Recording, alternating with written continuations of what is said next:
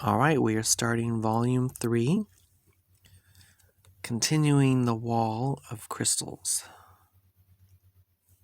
All right, so here we have a Shiva lingam stone. Show a few different varieties here. This is the traditional shape. These are from India. We've got some little babies here too. Now, these originally were naturally produced along the river that runs north and south in India. And these are traditionally called a Shiva lingam stone. So this is a natural stone from the river. So of course they have that water element to them. But nowadays they are polishing them in this way to produce the energy of the male and female aspect. Of course, the feminine of the egg shape, and then the elongated shape of the penis. So balancing the male and female, and traditionally used set into what they call the yoni, which is usually like a soapstone carved structure that it sits upright in. And they would take goat's milk, or I think it's cow's milk, cow's milk, pour it over the yoni Shiva lingam and collect the milk at the bottom, and then use that in fertility rites. So ultimately an excellent stone for looking for getting pregnant, and for those not looking to get pregnant, helping with balancing out your feminine and male aspects. Here are just some other shapes. We have double terminated. We usually always have the thought stones in the store.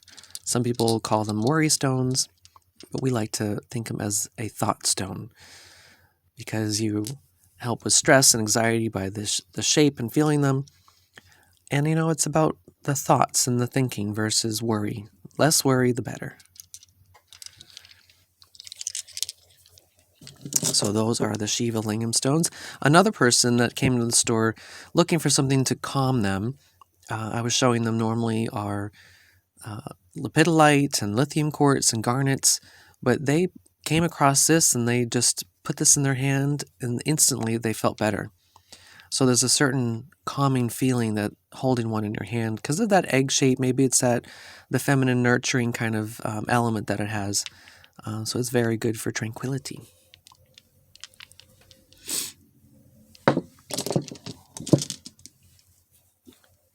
So next we have the granite collection. They are calling this Dalmatian granite. And then here's some darker granite. We got some thought stones and some Merkabahs. And of course, granite is a mineral that is usually in the feldspar family, mixed with a little bit of quartz and some other trace elements. So overall, a nice, comforting, soothing, grounding stone to bring some consistency and stability. We have another stone that we'll show in the azurite section that is azurite and granite. And that one's wonderful because it's working with high energy, but the granite is to bring that down and facilitate an earth connection.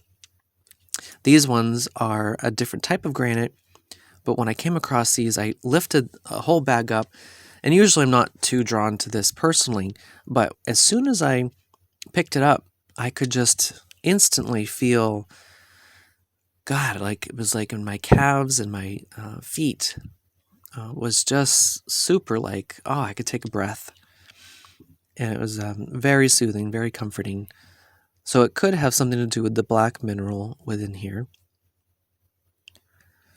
But usually within granite, you'll find many different mineral trace element compositions. And good for stability. So if you're flighty and you're all over the place, the agates and the granites would be good for you. Let's see, next. Here we have bronzeite.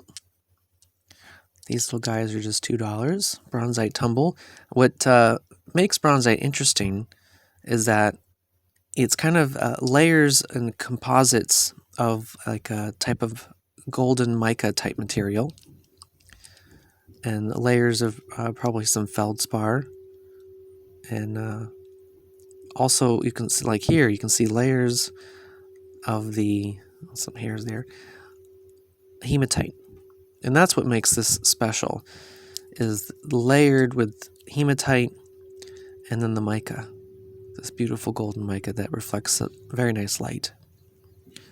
At first glance, it kind of reminds you of tiger's eye, but then you can see that shine that's a little bit different. So one, the hematite is the iron, good for the blood flow, good for a soothing, grounding, connecting to the core of the planet, but also working with the golden light of where we come from. You could say the golden light of the center of the universe, the golden light of our sun, working with the creative golden light of the solar plexus, and helping to feel and tune in, be more centered and aware of what's going on in the body. So that's bronzite. And then next is a couple different names of spectrolite and hypersthene. A little bit more on the rarer side, but what makes this so unique is, let me find the flash here, is that this just amazing. It's like black labradorite. It's just so mesmerizing, like a mirror, that you have to get the right light, right angle, get a different perception to see the shine. Where's this one? Oh, there's that one.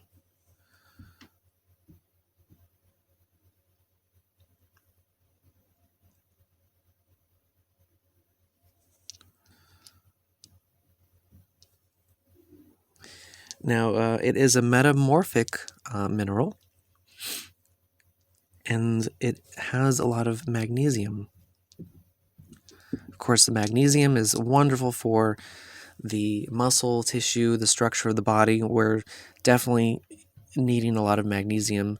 If you ever have muscle aches, or if you're seeing a chiropractor, he probably says, oh, you need magnesium, potassium.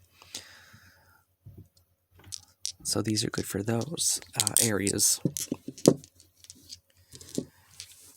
And next we have great for those who are into writing and calligraphy. These are called the Chinese writing stone. So this is a combined mineral of basalt, which is part of the volcanic family, and the white is feldspar. And what makes this just unique is they found that these little feldspar growths within the crystal had a similar feeling and look of the Chinese script and writing. So one, you're working with a nice multi-mineral combination, good for the body. And feldspar is also in the moonstone family.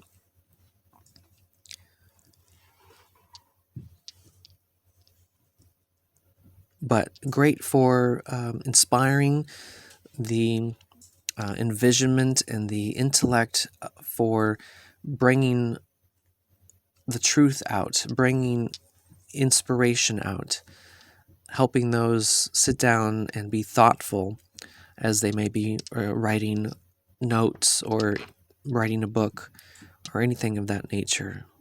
Also, it could be the philosopher's stone. So there we have the Chinese writing stone. Next, kind of going into the family of some jaspers and agates, but all having to do with fossils and ocean energy. These are Turritella agate, and you can see all these little seashells inside. All these little ancient creatures that were once alive millions of years ago. like little snails. What's great about this is getting to see these stones up and close and see the detail. So you're working with the frequency of the water, of the ocean, of sea creatures, of ancient past civilizations, the ancestry of the planet. I'm sure dabbling into the Akashic records of the planet. And being from the water, having something to do with flow, communication, and movement in your emotional fields, helping to not be stuck within a rigidness and creating that flow and the softness. So that's Turritella agate. And then another one called Arabic stone. They also are talking about this one being a script type of mineral. These are from India. This is a double terminated. Different type of sea creature, different region, almost like this is part of the desert because of the beautiful tans. So again, a similar feeling of the Turritella agate, but then, I don't know, just a feeling of sandiness and literally like looking like the sand on a beach and little creatures that you might dig up in the sand. So there's a softness about these. There's definitely movement and inspiration when you're looking at all these different patterns and the things that you might see and receive and get inspired by.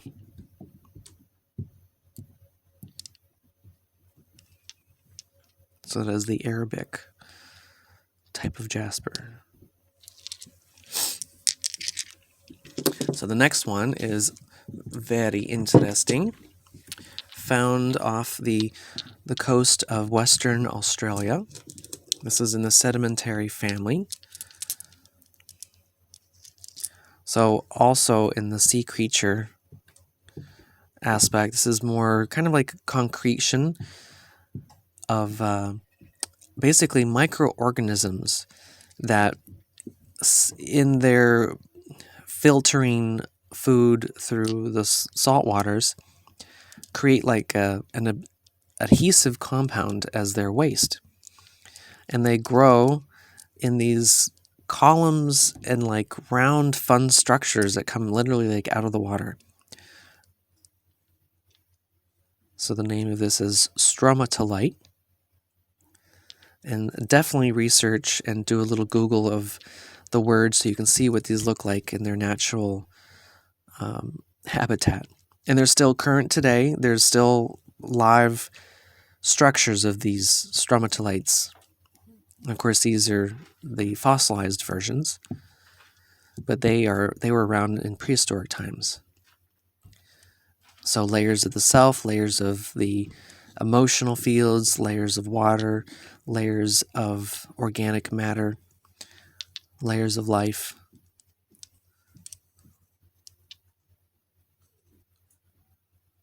So I could see these being very good for the immune system as well, and the physical body and the physical strength.